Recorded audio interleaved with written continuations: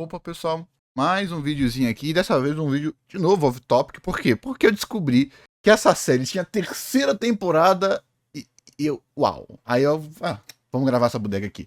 A Felizinho Chaotic, o desenho genial que faliu.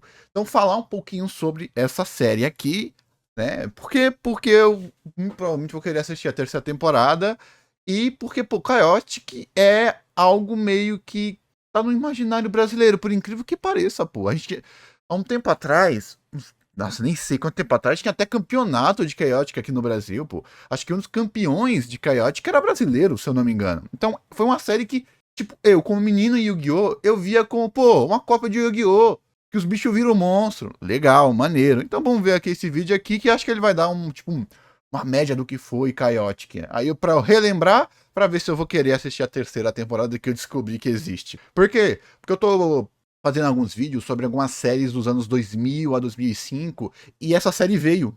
Aí eu acabei vendo para 3 temporadas e tá bom. Bora. Provavelmente acha que a 4Kids só serviu pra estragar seus animes favoritos.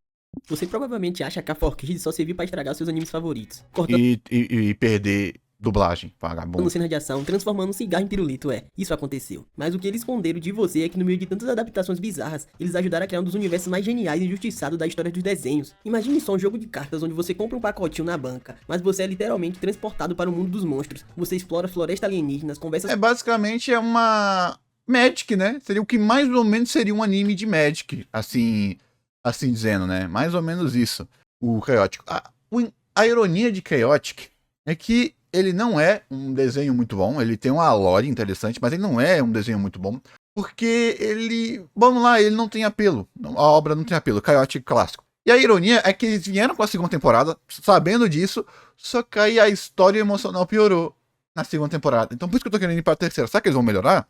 Por quê? No bruto os combates eram chatos. Você não sabia tanto assim as regras do mundo. As regras não tinham uma carinha de RPG. Ficava com aquela cara de sempre super trunfo, não de habilidade. Então você não sentia estratégia, você não sentia a habilidade do personagem. Ficava naquela coisa meio mística de ressonância.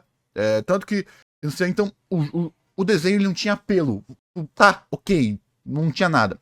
E ele era meio feiozinho com aquela animação de Flash. Então, tipo, as lutas não empolgam, as regras não são bem estabelecidas, mas os personagens são legais. Então, ia. E você tinha lá a Lorizinha do Caba lá que chamava pra treinar, pra você conseguir. Então tinha uma pegada meio Pokémon barra Yu-Gi-Oh! Tornava isso minimamente único. Só que aí o envelope não era bonito. Aí veio a segunda temporada, que é pior que a primeira, isso que eu acho super ironia. Claro, a segunda temporada, ela tem mais cara de anime. Então ela é mais bonita visualmente, mas é ainda mais chata. E essa que é a ironia que eu, particularmente, tenho com Chaotic. Tipo, uma sériezinha legalzinha. Sériezinha de infância. Aquela série para ser esquecida. Que tem aos baldes nos anos 2000, né? Aos baldes nos anos 2000. De 2000 a 2009, mais ou menos. É a época do limbo das animações. Era a época que lançava, tipo, 30 animação, onde uma fazia boom. Isso que era bizarro. Antes de 2000 a 2012, que veio Hora de Aventura, que veio os grandes hits, né?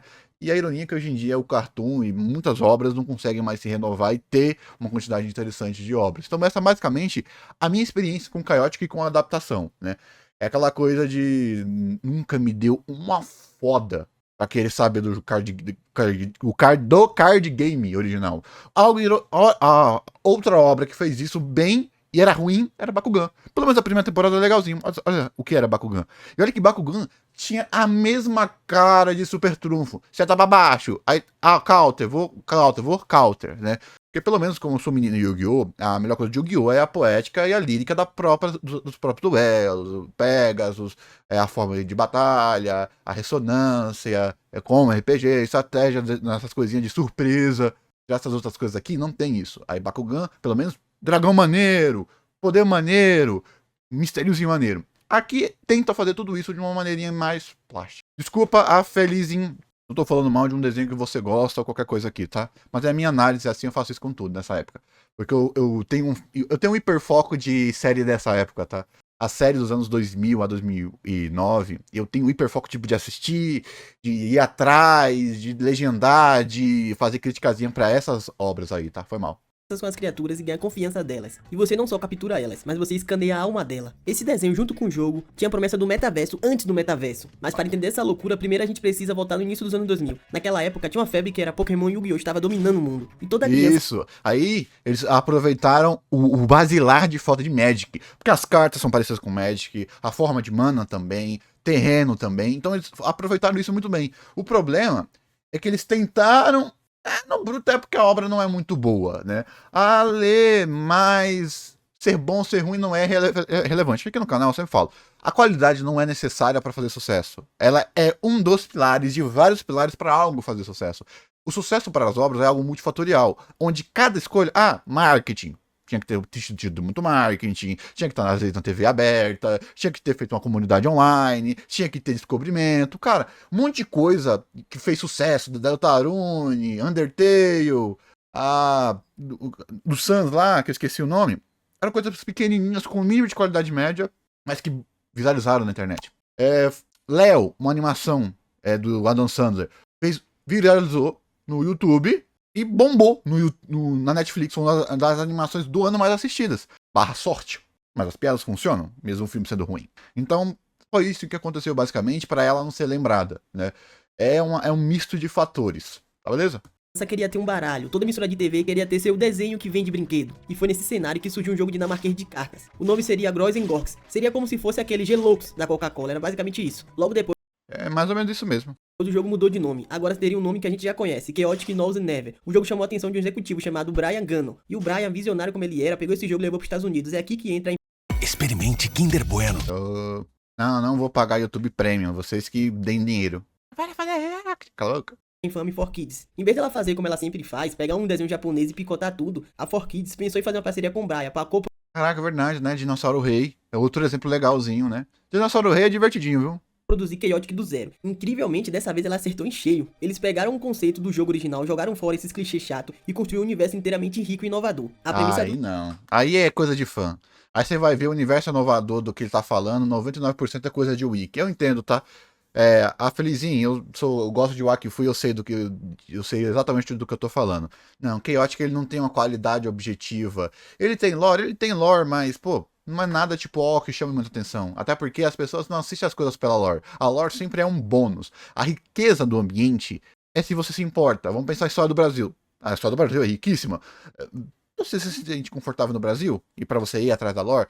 Lore bem estabelecida, como é o que 90% de qualquer RPG, qualquer um que bebe de Tolkien, qualquer um que bebe até mesmo de Magic, a própria lore das cartas de Yu-Gi-Oh! Se a experiência de estar nesse universo é uma merda, as pessoas não vão querer ir além, porque lore é sempre cavar. Entendeu qual ponto? do desenho genial. Nosso protagonista Tom é um adolescente normal que adora jogar Chaotic Online com os amigos dele. Aí um dia, do nada, Tom recebe um código secreto. Ao digitar isso no seu scanner, que é tipo uma Pokédex, ele pega a consciência dele e teleporta para um hub virtual, que aqui tem o nome de Battledrome. E é nessa espécie de metaverso que os melhores jogadores de Chaotic se reúnem para fazer um X1 maroto. Mas a grande sacada entra aqui. Na verdade, esse mundo que seria nomeado como Perim é o mundo real desses monstros, é onde esses monstros vivem. E esses jogadores de Chaotic podem sair das arenas de batalha e viajar para Perim, com o objetivo simplesmente de explorar esse mundo O ambiente era tão bonitinho de Chaotic, velho. O problema é perigoso, como se fosse um safari letal. É assim que os jogadores ganham cartas novas, eles precisam ir atrás de arma, de monstro, de terreno. É aqui que a coisa fica muito à frente do seu tempo, é muito genial. Se você tentar escanear um monstro quando ele estava doente, sua carta ficaria mais fraca. Se você passar dias ganhando confiança de uma criatura poderosa e escanear no momento em que ele aprendeu um golpe novo, ele poderia ter a mesma criatura, como se fosse um Maxwell, mas ele teria um famoso de vez, né? poder diferente. A gente poderia ter o mesmo Maxwell, mas o meu seria mais forte porque eu peguei ele 1 ou 2 dias depois. Isso é genial, Essa lorezinha de aventura e Chaotic, sem dúvida, é um dos apelos muito interessantes. O problema é a execução, pô. Pô, aquele arquinho lá pra ele pegar aquele bichinho vermelho. Puta que eu pariu. Vai se ferrar, que arco chato da desgraça, velho. É vermelho ou o bicho caveira lá? Eu esqueci. O bicho. Nossa, como é chato pra caralho. Porra, velho. Esse é o problema, mano. Comente se você não gosta disso. As suas cartas não eram só um pedaço de plástico. Elas eram cópias exatas desses seres vivos que você estava escaneando. E quando os jogadores iam lutar na arena, eles literalmente se transformavam naquelas criaturas. Ele sentiu o que a criatura sentia, sabia usar as armas e conhecia o terreno porque a mente daquela criatura se fundia com a deles. E isso abre um espaço para um dilema psicológico muito denso que o desenho até flertou nisso, mas não aprofundou tanto. Esse é o problema. Flertou. Porque é um jogo para vender brinquedo, né? O público é jovem. Mas... mais ou menos. Dava pra fazer isso, tá? Esse é o problema de quem não pega séries infanto-juvenis para analisar. Tem um monte de série que fez isso, tá? Um monte de série que fez isso. A questão nunca é... Vamos lá. o que é uma série pra TV. Às vezes você não tem liberdade, às vezes você não tem qualidade. E às vezes você não tem os dois. Então, tem o autor que ele quer fazer. Aí vem os engravatados, os executivos e falam, não, vai colocar isso não. Aí às vezes você quer colocar, mas você não sabe. Aí vem o executivo e fala, não. Aí quando você consegue na segunda temporada, é o famoso. A primeira temporada, aquela primeira temporada episódica, nada a ver, rápida, super espaçada, e vem a segunda temporada que parece, meu Deus, o cara do nada aprendeu a escrever. Teve isso com Akifu, teve isso. Caraca, se você pegar animações que passavam na Cartoon, animações canadenses e algumas animações francesas, tem muito disso naquela época, que é basicamente o boom, era da internet, blá blá blá, tava tendo esse boom muito grande de animações. Então teve muito isso, primeira temporada meio mid, para a segunda temporada muito interessante. O que aconteceu? Às vezes a segunda temporada vinha uma merda também. Então dava para você abordar esse tipo de coisa de acordo com a pedagogia que você colocasse, então dava. Então meio que a desculpa de é para obra infanto-juvenil sempre tem que estar colocado alinhada à profundidade, nunca à execução. Se o problema está na execução e como foi abordado, foi muito espaçado, ou só flertou e não fez nada, induziu e não fez nada, a gente tem então um desenvolvimento residual. Eles tentaram, flertaram, mas não conseguiram encaixar. Isso acontece muito com essas obras dessa época aí também. Aí agora eu não sou o cara que pegou o Coyote, que pegou entrevista, nada. Então vai que o cara tinha ideia, aí vem o executivo e falou, não, isso ferra, tá? Mas pense comigo, quando você vai pra Chaotic, seu corpo físico continua no mundo real, vivendo parecendo um piloto automático. A sua consciência se divide em duas. Uma versão fica na Terra, indo pra escola, fazendo as coisas, e outra versão fica no outro mundo, em Perim. Isso é uma pergunta bem interessante. O que faz nós ser o que somos? O nosso corpo ou é as nossas memórias? E se um jogador decidir nunca mais voltar para a Terra e ficar literalmente pra sempre nesse mundo, o que acontece? Esse é um conceito bem profundo, é quase como se fosse um episódio de ficção científica pesada, escondido em um desenho de vender cartas, isso é genial. E o mundo de Perim, que eu chamo de World Build, que eu amo falar sobre World Build, não era só um plano de fundo vazio. Parecia um servidor de RPG gigantesco, cheio de intrigas. Existiam 4 tribos principais. Os Overworlds, que eram aquelas criaturas fantásticas e mágicas, que seriam como se fosse o herói desse universo. Os Underworlds, que pareciam demônios, que seriam os vilões desse universo, que sempre estavam em guerra com esses Overworlds. Tinha os Mephidias, que seriam como os lagartos guerreiros invisíveis, e os Demians, que eram uma raça de inseto gigante com a estrutura de colmeia. O que eu acho bem interessante é que nenhuma tribo era 100% certa ou boa. Era... Mano, aí você vai lá, aí a Felizinho pega os episódios que eles apresentam essa dinâmica. E depois você vai na Wiki. Ai, como eu tenho um ódio disso. Aí você vai na Wiki e lê a Wiki. Pra alguém que não conhece nada, a partir de qual informação a pessoa vai entender mais. Eu detesto isso nessa época. Tem várias, tá, gente? Normalmente, vamos lá. Guerreiro de Data tem um pouquinho disso também. Duelo Shaolin, mas Duelo Shaolin é bom, tem isso um pouquinho também. Essas obras de lore, o problema é, para você fazer um mundo vivo, você precisa para fazer um mundo vivo, você precisa fazer desenvolvimento gradual e desenvolvimento residual. Isso pede um pacing muito bom em obras episódicas. Ao mesmo tempo que você precisa de um pacing muito bom para você fazer a parte 1, parte 2 e parte 3 para desenvolver o mundo, a mítica e o desenvolvimento. Eu tenho exemplos um pouquinho mais frescos na minha memória, só que eu não quero falar aqui porque o vídeo vai aparecer no canal principal de uma série episódica também, que eu vou falar um pouquinho sobre disso. Então o que acontece em Chaotic é que é só informação. E a informação não está colocada de uma forma muito interessante. E até mesmo os episódios que abordam isso não vem tão legal, não estão tão espaçados, a movimentação não é tão legal, infelizmente. Era tudo questão de perspectiva. O desenho não te tratava como um bobo, uma criança que não sabe de nada. Ele mostrava que a guerra ali era... Na verdade, boa parte dessas animações, 10 para mais, também é desse jeito. Ai, a Felizinho, mano, eu te entendo, tá? Eu te entendo que a sua sensação é essa, só que a sua sensação não tá alinhada ao que a obra é, ao que as obras eram. Essa sua sensação é de qualquer obra infanto-juvenil. Quando eu falo qualquer, é qualquer mesmo. Então, a pessoa às vezes não sabe o que a obra dela tem de excêntrica. Então ela vai num conceito metafísico do que deveria ser excêntrico. O que fazia Chaotic ser muito interessante é a abordagem de uma temática, como eu falei, misturar Yu-Gi-Oh!, misturar Pokémon, faz algo muito único. Aí você coloca uma lore que pra você, se você gostou do que foi apresentado, fica muito gostoso de ir além.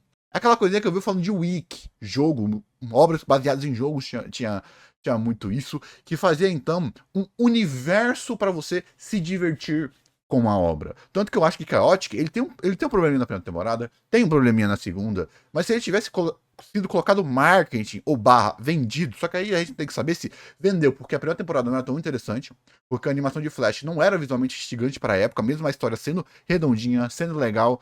O problema clássico de, alguns episódios episódicos são chatos. E episódios episódicos, eles saturam a sua percepção para os episódios bons, né? Eu não fiz uma análise aprofundada de Chaotic, mas é a minha sensação geral quando eu assisti um tempinho atrás. Eu não sei se eu vou querer reassistir para ir para a terceira temporada, né? Mas vamos depois. Então o que acaba acontecendo é a sua sensação como fã, você conserta essas lacunas. Os episódicos medíocres para ruins, para você não são medíocres para ruins, porque você já ama. Sendo que o amor, ela é uma progressão, desde que já não tenha sido feito. Então, vamos lá, episódio 1 de Pokémon. Pô, pega o episódio 1 de Pokémon, o quanto aquela bodega é bem feita. A apresentação do Pikachu, personalidade do Pikachu, objetivo do Ash, criança não usual, objetivo daquele mundo como Pokémon, a habilidade e a própria cena, e aquele lendário aparecendo, o raio lá do Pikachu, formam uma cena muito épica. Então agora que a sua história está estruturada e você já gosta do Pikachu, você já gosta do Ash, 90% de com a obra infanto-juvenil episódica já tá aí. Aí você tem a Misty que é chata, você tem um Brock que é chato, aí você vai tendo episódios. O maior clássico é a equipe Rocket, que elas têm os melhores episódios do clássico, até que eu li, são deles.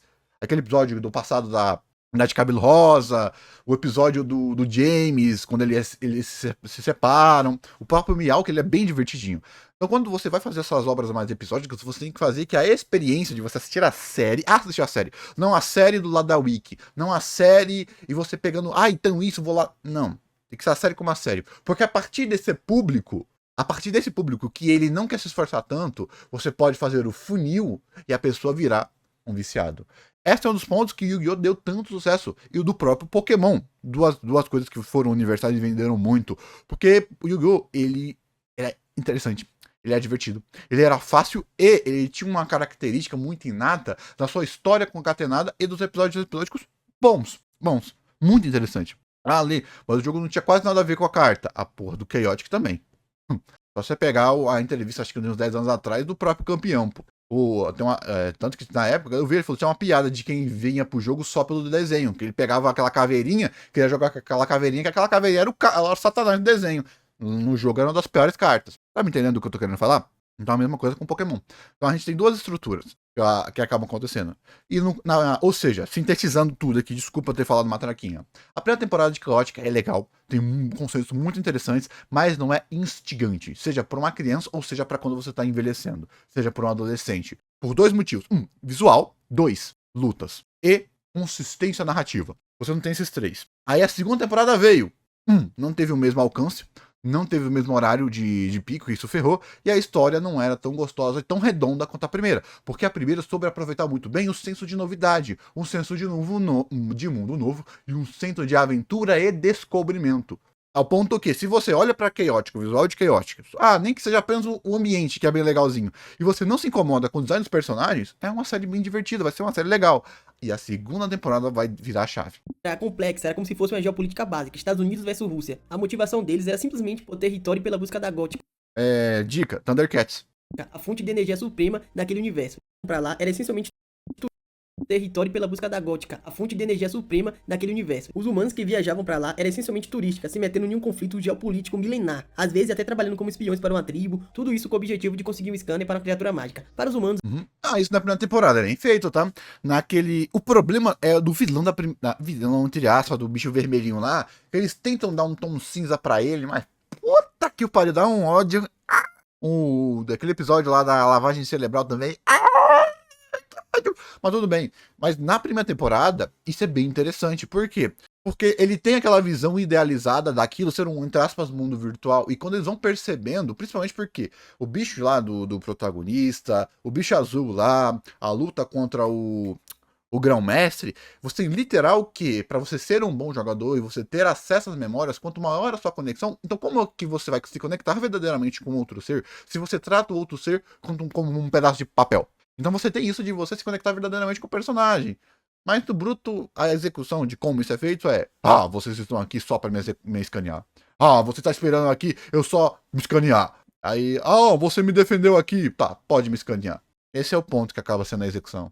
esse lugar é como se fosse um parque de diversão pra você caçar monstro. Toda essa genialidade da história foi traduzida para o mundo real de um jeito que a gente nunca tinha visto antes num jogo de carta. As cartas físicas de Chaotic eram diferentes de tudo. Você não comprava um baralho só para jogar na mesa da escola. Toda carta vinha impressa com código, um código alfanumérico único. Se eu ou você comprasse exatamente a mesma carta do mesmo monstro, os atributos de vida, coragem, velocidade e força poderiam ser completamente diferentes. Todos esses números eram gerados aleatoriamente, isso torna genial. Quando você pegava esse código e digitava no site oficial do Chaotic, aquela sua carta específica com seus atributos únicos ia direto para sua conta online. O jogo online reproduzia perfeitamente as regras complexas do desenho. Era um sistema revolucionário, integrava o jogo físico com uma plataforma digital robusta. Era algo impensável para aquela época. Mas eles tentaram inovar. Não, também não, foi mal, desculpa, Fezinho. Ai, cara, eu entendo essa retórica pra apaixonado, só que eu não consigo, velho. Eu não consigo porque eu já tentei jogar. Eu já consigo porque eu vi quais são as regras. Eu tava lá também. E eu tô além do apaixonado. Fala, não, cara, não era essa coisa mega genial que você tá querendo fazer, não. Parecer. Tanto que acabaram tomando as decisões bem duvidosas de design, como colocar o link do site estampado gigantesco atrás das cartas físicas. As cartas ficavam parecendo mais um panfleto de pizzaria, mas mecanicamente isso era impecável. Mas o desenho também era um tutorial perfeito, diferente de Yu-Gi-Oh!, onde o roteiro ignorava as regras do jogo o tempo. Não, aí, na verdade, não. Literal, o mecanismo de ilhas e coisas não é bem traduzido, não foi não.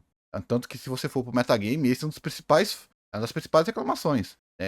Sim, a regra no Yu-Gi-Oh! Foi bem traduzida porque na época, pelo menos quando lançou, era simples igual caralho. Era muito simples, então não tinha o que ensinar de um jogo que era muito, muito simples. E outro ponto, gente, como o jogo é simples, Chaotic no comecinho ele era um pouquinho mais complexo por causa ai caraca, linha 1, linha 2 e linha 3, que você necessitava ativamente de muito mais inconsistência. Em Yu-Gi-Oh! Era muito, muito, muito, muito, muito, muito, muito, muito simples. Então você não precisava ensinar porque a criança ia aprendendo. E outra coisa, você não precisava aprender. Essa é dos pontos. Então o anime, ele tem que fazer a pessoa gostar da obra. Se identificar com a obra. Isso daqui é chamado de análise a posterior. Você não viveu, ou se você viveu, você não sabe dos agravantes e dos atenuantes. Você está fazendo uma análise posterior com o que você acha que aconteceu, sem fazer realmente a primeira catarse, a primeira coisa. Exatamente pelo Yu-Gi-Oh! Ser o Yu-Gi-Oh! Que fez aquele sucesso. Não isso. Aquela coisa do adolescente iluminado que quer complexidade. Não é esse adolescente que existe. Da criança iluminada que quer a desconstrução. Esse adolescente e essa criança, ela não existe. O ponto é muito mais multifatorial para você querer colocar em micropontos nesse sentido aqui. Ah, tá defendendo Yu-Gi-Oh! Não é literal esse o ponto, não, tá? Não é esse o ponto, não. O protagonista vencer, só com o poderzinho da amizade ou com a regra que eu inventei, as estratégias que o Tom e o Kes usavam. E o episódio era chato pra caralho, ele tinha pouquíssima viés emocional. A construção lógica e estrutural, narrativa pra se vencer os episódios, era chato de se assistir. Muitos episódios você só tá lá e termina. Por incrível que pareça. Porque as lógicas que estavam sendo colocadas, elas eram muito retroalimentadas e não econarrativas. Vamos lá. Qual a diferença de um tutorial para uma história que ensina a regra? O tutorial, ele é consequencialista, ele apresenta a informação e coloca essa informação. Agora, imagina quando... Vamos lá, 2 episódios. Episódio da selva, o episódio da selva e o episódio do terreno. Do próprio Chaotic. Tem essa diferença. O episódio da selva, você tem ele lá caçando, caindo, pulando, tendo dificuldade. Aí ele vai lá, briga com o cara lá. Aí ele vai lá, aposta o negócio lá. E ele cai, vai lá e ele aprende. Quando ele tá todo ferrado, ele começa a prestar mais atenção no terreno e vai lá. E esse é o problema de Chaotic. Tem muito percepção, terciário. Uma característica que é apenas no jogo. Imersão que se existe. Pensa na piada de Yu-Gi-Oh! Do famoso jogo das trevas. Não é algo traduzível. Sacar o destino ou a sorte do Joel. Aí que acaba pegando. Então essa ferramenta de percepção, ela é individual do personagem, não uma análise. Mas o jogo tem percepção de ambiente da carta, do que está escrito na carta, não do ambiente 3D. E essa tradução do ambiente 3D é que não se traduz na própria jogatina. Assim como no próprio Yu-Gi-Oh! O quesito RPG e emocional não se traduz na jogatina. A diferença é que o sentido emocional de RPG forma um episódio legal, forma um episódio divertido, forma um episódio real de surpresa. Porque você não saber e ser surpreendido é melhor do que você saber e só ter a retroalimentação. Então, tentar transformar um episódio tutorial num episódio divertido, empático, que faça você gostar, é legal. Então quando ele tá lá, ele aposta, ele se ferra, aí ele aprende, aí vai lá, ele ganha, é muito melhor do que o episódio lá da carta. É um saco. Esse é o ponto. No desenho, você poderia usar na sua casa ou até num jogo online com seus amigos. Era imersão total. E então, com a história fenomenal, regras bem amarradinhas, um jogo online revolucionário e uma base de fãs apaixonados, o que deu errado? Como um projeto desse simplesmente evaporou. Simples assim, ganância. Também, mas distribuição. Grande demais para sucesso de menos. Não era um mega hit, não tinha os maiores contratos. A produção e a escalada da produção já é uma prova de entre aspas, desenvolvimento indie. Você tinha uma coisa de pirataria, se eu não me engano, também, só que aí eu não vou saber, eu não lembro na época. Lá pela terceira temporada, o bicho estava pegando fogo no roteiro, amigo. A história tinha ficado muito mais sombria. Uma quinta Lá pra terceira temporada? tribo secreta apareceu do nada, foi descoberta que existiam os Marillion, criaturas bizarras baseadas no Lovecraft. Se você me segue no Instagram, se não, siga agora. Eu sou muito fã de Lovecraft. Cara, caralho, eu vou querer ver. Ah, se for maneiro. Cheia de tentáculos com o poder de fazer lavagem cerebral nos outros monstros. Eles queriam inundar o mundo inteiro e escravizar todo mundo. As coisas tomaram proporções épicas, envolvendo sacrifícios heróicos, viagem no tempo e alianças improváveis. O desenho deve... Puta fa... Isso deve ficar um saco de assistir, puta... Mano, eu tô curioso agora pra ver se vai ser legal, velho. Porque quando você vai colocando muito mecanismo na história, pra essa história virar uma maçaroca e horrorosa, aquela famosa história que no roteiro é interessante, mas pra assistir é uma merda, puta merda. Só porque não tem base, duvida, porra. Não tem base na segunda temporada pra uma escalada tão gigantesca e cósmica, não. Na segunda temporada, você tem uma expansão de mundo, mas essa expansão de mundo é interna para externa de 3 atos, que é um ato interno, social, ato externo, cultura e identidade, e ato externo, regionalidade e periferia. Não é periferia, é aquele negócio de coisa de lobo, que o lobo tem, alcateia, não. Territorial. E para uma ala cósmica na quarta temporada, é uma exponencialidade gigantesca que você não tem base para trabalhar isso daqui. Vai ficar casa em terreno de areia, pô. Vai que vai ser incrível. Isso daqui eu não assisti. Ah, porra, eu ficaria surpreso. estava no auge absoluto, mas se o desenho estava indo pra cima, nos bastidores estava uma porcaria. O clima era guerra total. A 4Kids percebeu o monstro lucrativo que tinha nas mãos e simplesmente do nada decidiu que não queria mais dividir o bolo. Eles queriam direitos totais sobre a franquia Chaotic. Acontece que a 4Kids não era dona da ideia. Eles só tinham um contrato de coprodução com os criadores originais, e as empresas que detinham os direitos originais do jogo de tabuleiro eram uma empresa dinamarquesa. Isso gerou um processo gigantesco. A 4Kids processou a empresa parceira e a empresa parceira processou de volta. E um fato interessante é que quando a propriedade intelectual entra em uma briga desse tamanho, o jogo para, tudo para que tem a ver com aquela propriedade. O jogo online congelou, a produção de cartas físicas foi interrompida, o desenho animado que tinha acabado de lançar ganchos enormes para uma quarta temporada, cheia de mistério, novas regiões, acabou do nada. E para piorar a situação, a 4Kids era a empresa que estava colecionando problemas e mais decisões financeiras há anos. Os custos desse processo judiciais e a má gestão afundou o barco. A 4Kids perdeu a disputa legal e logo depois declarou falência. Eles tentaram se reerguer sob outros nomes anos depois, mas mesmo assim declarou falência e acabou, zerada. A 4Kids sumiu do mapa. Durante quase uma década, a Chaotic se tornou apenas uma memória nostálgica. Um daqueles desenhos que você tenta lembrar o nome, pesquisa no Google de madrugada e descobre que não Nossa, tem muito desses, tá? Porra!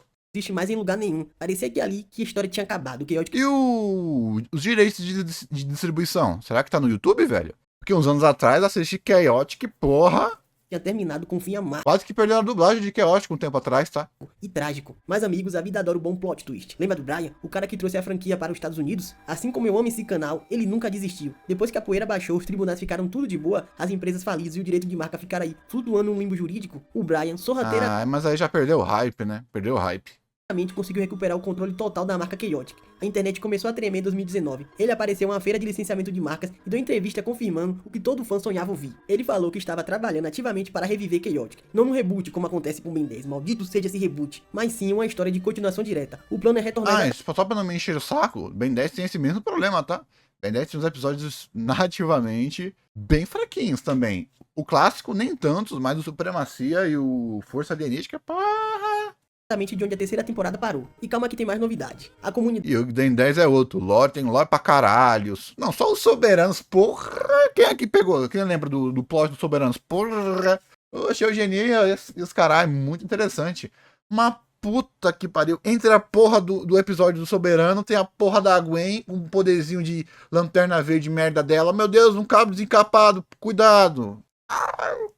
Comunidade de fãs que se manteve viva e barulhenta em fóruns e servidores do Discord por muito tempo, canais antigos que começaram a reupar episódios piratas começaram a tomar strikes oficiais. Os episódios eram rapidamente removidos pelo canal Nossa, isso é uma merda, velho. Isso aí veio do... Vamos lá. Isso daqui aconteceu entre 2012 e 2017... Não, aí eu... Desculpa. É entre 2010 e 2020. Que é aquele famoso limbo das gameplays. E engane-se você se você acha que era só pelas gameplays. Isso aconteceu exatamente porque, como estava na internet, você tinha uma luta muito grande para você manter a sua própria propriedade intelectual. Então as pessoas achavam que, por estar na internet, você estaria, entre aspas, perdendo dinheiro. Então você tinha algo tipo, você nem tinha, você não tinha oficialmente a bosta do desenho em lugar nenhum. Então as pessoas achavam, se tá na internet, o cara tá ganhando dinheiro, tá me roubando. E o cara, a porra da empresa, tirava da internet. Às vezes ela nem tinha a dublagem, mas porque ela tinha o direito do original, tirava a dublagem e não colocava em lugar nenhum. Isso aconteceu muito, né? Pra você ter noção, tem uma série, deixa eu pegar o nome dela aqui. Carai, cadê? Oban Star Races, que a produtora fez isso, tirou de todo lugar, aí o autor foi lá, recuperou a dublagem e por causa dele foi lá e colocou de graça no YouTube. Por quê? Porque isso para a empresa gera comunidade, gera a vida na comunidade. Estar de graça, você não tá em lugar nenhum, você não tá na internet, você não tá no YouTube, mesmo que você tenha falhado por estar na YouTube, talvez um memezinho, tem a chance de um memezinho, de uma pessoa achar, de uma pessoa assistir e de uma pessoa gostar.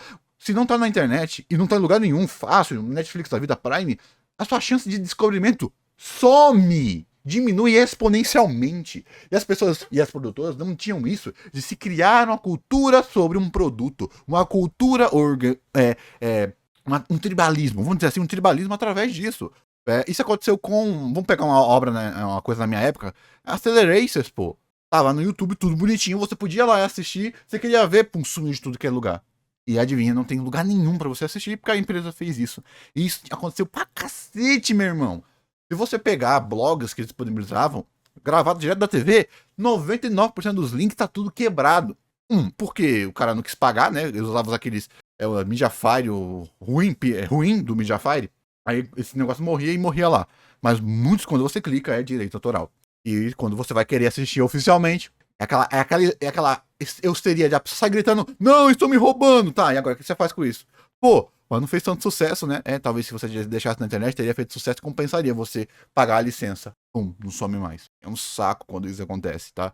E como eu assisto muita coisa que não fez muito sucesso, porra, meu, velho, tu tem que ir nos lugares mais escuros pra tu pegar a porra de uma dublagem, pra tu pegar uma legenda, meu irmão. Pra tu pegar algo em 480p, nem HD, pra tu assistir, é um ó.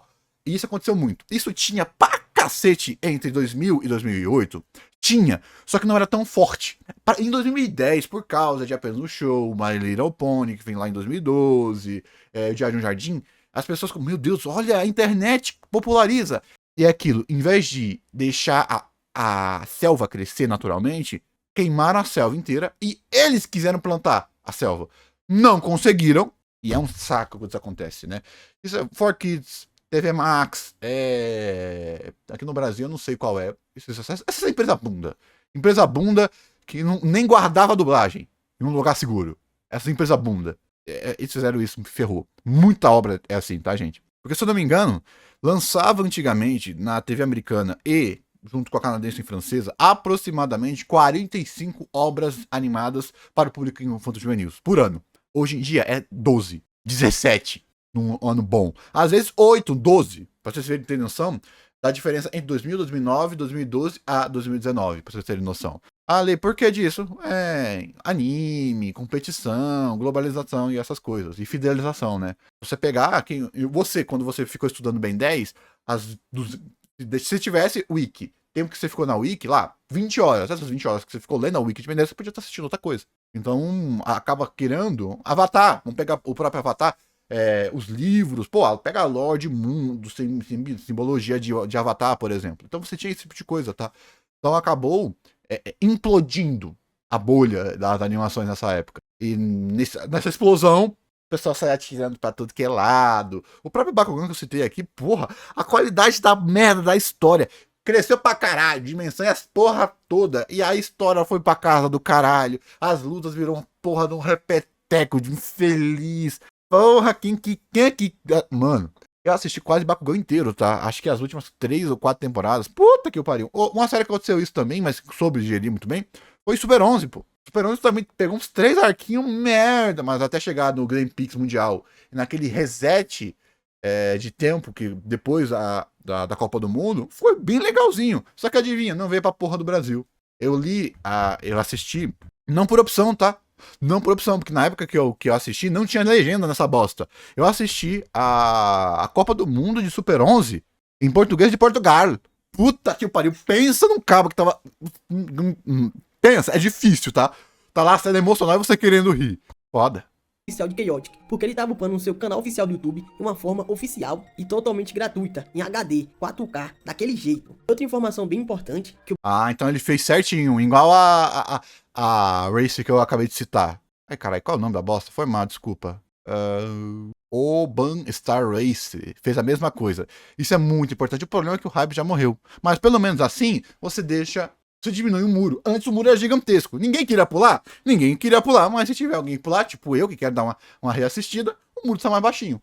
que o Brian falou em entrevista é que quando o jogo físico voltar, suas cartas antigas vão continuar valendo. Se você guardou seu deck na Gente, e se você é fã, pô, você tá sendo muito chato. Gente, é viés de fã. Amor, um apaixonado vê diferente de alguém que não é apaixonado. Você de ser, meu Deus, incrível, maravilhoso. Aí o cara assistiu Avatar, ele vai e assistir querendo Avatar, você se lasca. E antes que venham me encher meu saco, tá aí o Akifu. O Akifu, por causa do boom que teve, da 4ª temporada, por causa de um hypezinho no Twitter, um bando de gente e de vídeo falando que é incrível e maravilhoso, a coisa mais perfeita do mundo, babá. Vê lá minha crítica da 1ª temporada, os erros que eu apontei, os erros que eu falei na 2ª. Até hoje eu não gosto dos ovos, os erros que eu apontei na 3ª e os elogios e erros que eu apontei na 4ª. Então o que eu tô fazendo aqui, gente, não é só pegando no pé do cara. É porque eu sei muito bem que às vezes você quer que as pessoas gostem do que você gosta. Você quer chamar a atenção para algo que você ama. Mas às vezes você setar a expectativa errada das pessoas pode fazer ela se frustrar. E ela vai acabar se frustrando porque mesmo que a obra seja legal, mesmo que a 3ª temporada seja boa, e ela for 9 e a pessoa esperou 10, ela vai se frustrar. Ah, mas se você vai se frustrar, essa pessoa vai se frustrar com só isso, é muito bobo, eu não quero essa pessoa aqui. Ou se você, por exemplo, tem a sua obra já tá... se alguém... Naruto. Não, amo Naruto. Mano, não fala que Naruto é maravilhoso não, porque a pessoa vai achar que é uma obra-prima e os errinhos vai afastar ela. Alguém que é fã de Naruto, foda-se. Dragon Ball, foda-se. Sei lá, Baki, foda-se. Agora, quando você tá com algo fora do radar, subcultura quase, subcultura não de inferior, mas de uma cultura menor, em tamanho, em aderência, quem mais tem que se preocupar é você. Vou dar uma obra que eu adoro pra caralho, 616. Quem é que lembra? 616, A Onda. 616 e A Onda são as obras infanto-juvenis canadenses que eu mais adoro. Uma das que eu mais adoro, pra vocês terem noção. Eu adoro a qualidade dos personagens, eu adoro o próprio traço e tal, mas eu sei que é uma animação não usual. É uma animação em flash. Hoje as pessoas não vão ter a mesma sensibilidade artística e muitos personagens, pro padrão de hoje, seriam chatos. Lá no 616, o casal não é o casal principal, mas é o casal mais divertido, que é aquele que mais tem problema. Para aquele cara ser hoje visto como macho tóxico, é 2 palitos, porra. A onda, espaço de desenvolvimento intrarromântico e até mesmo desenvolvimento dos personagens, tem uma porrada de episódio. Eu gosto, mas hoje em dia uma pessoa talvez não gosta, tá bom? Só pra não parecer que eu estou sendo chato e implicante. Porque eu sou assim, chato e implicante, mas não estou fazendo em cima do cara, tá? gaveta por 15 anos, você vai poder usar ele em torneios oficiais novamente. Também tem uma expansão chamada Firestone, que ele falou que vai sair há muito tempo atrás, falaram que ia sair, agora sim, vai sair, amigos. E também eles estão porque não tem rotação, igual o Pokémon e o próprio Magic tem rotação? Não, eu vou usar só um Pokémon como rotação, mas isso é o básico de deck. Um aplicativo de celular, família. Assim, você pegou seu celular, escaneou, já foi. O jogo vai ficar muito mais tecnológico do que era antigamente. Chaotic sempre foi um jogo, um desenho à frente do seu tempo. E agora ele está no tempo certo. É muito raro ver uma obra-prima ganhar uma segunda chance, com total respeito ao material original. Geralmente, quando a franquia antiga volta, a corporação ela tenta modernizar, fazer aquele reboot feio. E Chaotic sempre foi muito mais do que esse toy commerce. Esses desenhos que é feito para vender alguma coisa. Chaotic, ele ensinou a criança sobre mecânica, sobre RPG, ensinou que criança não precisa ter aquele desenho bobo. Ele tratou o seu universo com respeito e trouxe roteiros com política. Velho, desculpa, Felizinho. Essa sua percepção é porque você não sabe o que é pedagogia. Existem obras de 0 a 5, de 5 a 6, de 6 a 7, de 7 a 8, de 8 a 9, de 9 a 10, tá? Isso que você tava falando, tem duelo Shaolin, tem Guerreiros de Data. Puta que pariu, tem Super Stricas, Atom. O que eu acho é, você não sabe como é o universo de desenhos de infantos juvenis. E você tá. É o que você acha. E infelizmente, não é assim, tá? Chaotic ele deve ter crescido, ele deve ter amadurecido. Sim, fato. Por causa do tempo, da base de fãs. Só que você tá argumentando como se fosse um Pokémon. Como se fosse um Yu-Gi-Oh! Mas até mesmo o Yu-Gi-Oh! Pega o 5DS. Pega o 5DS pra tu ver, né? Mesmo que depois. Pega o Vrains, que também tem uma porrada de problema de produção. Puta que pariu, mas é uma das histórias mais complexas. Mas tem o Hoshido, que é chamado de, adivinha, público-alvo, né? Aí o Hoshido, não vou saber se é bom ou ruim.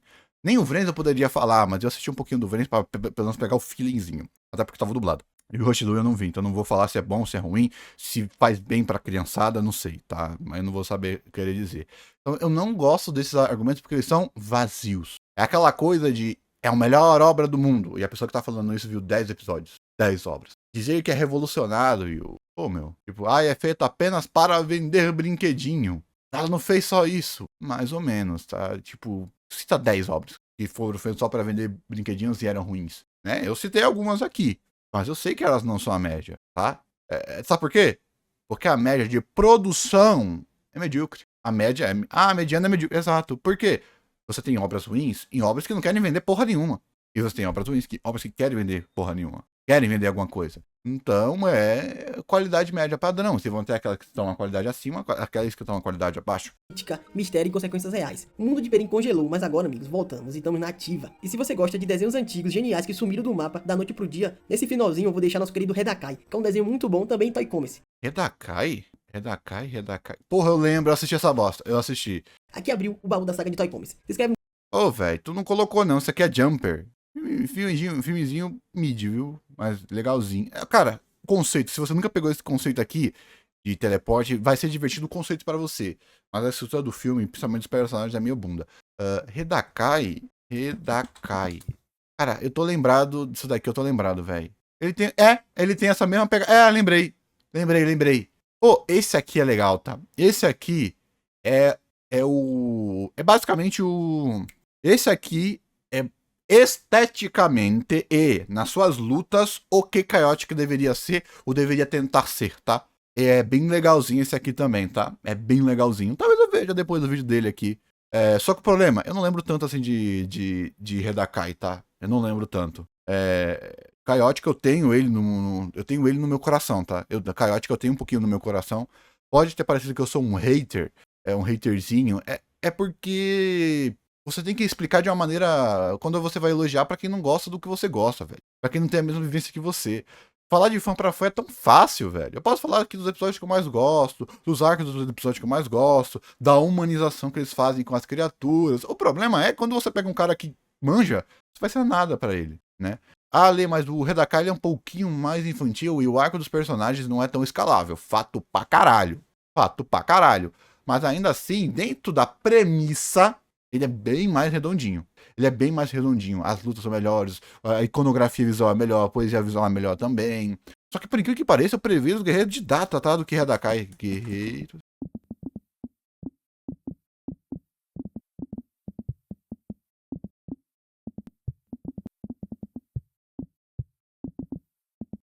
Esse aqui, ó. Eu gosto. Ele é meio uma copiazinha de Avatar e ele entra no mesmo. Por quê? Ele é a fusão do Redakai com o Chaotic. Ele acerta muito na história, no desenvolvimento, nos episódicos, mas a luta dessa merda e o organograma de poderes e evolução é chato pra caralho, velho. É muito chato de você ver as lutas, mano. É visualmente desinteressante, conceitualmente desinteressante, a estrutura, o Jokenpô, o triângulo lá de Jokenpô, que eu esqueci o nome, é chato pra caraca. E aqui o ambiente também não é tão iconográfico e bonitinho. Só que, conceitualmente, eu reassistiria a Guerreiro de Data. Cara, o primeiro episódio tá de graça. Você pega o primeiro episódio, não diz sobre tudo, mas diz sobre alguma coisa, sobre cada uma dessas obras que você vai pegar um pouquinho do que é. Até porque ele tem um viésinho mais dramático que envelhece muito bem. Tá bom? Muito obrigado. O cliente Entendeu? quer passar no... Mas eu fiquei Val, interessante então passa no tom. de ver aqui o do Redakai, velho. Cadê o Redakai? Que ele falou aqui. Gormit é legalzinho também. O problema de muitas dessas séries aqui é que quando elas vão passando pelo tempo, elas vão piorando. Foi o que aconteceu lá com... Ai, caraca, velho. Pô, então se ele sabe, se ele conhece essas obras mais antigas, por que a argumentação dele e os elogios estavam tão genéricos, velho? É que deve ser difícil também, né, mano? É difícil. É difícil também de elogiar, assim, que critérios gerais, assim. Não, porque Gormit também não é a coisa também, não. Só que Gormit não terminou, não, tá? Gormit não terminei, não, porque ele tava difícil de assistir na época. Cara, eu tenho um monte de obra que é delírio coletivo. Cadê? Cadê? Ah, aqui o Akifu, putz, cara. Tadinho. Imagina o que ele falou de Wakfu.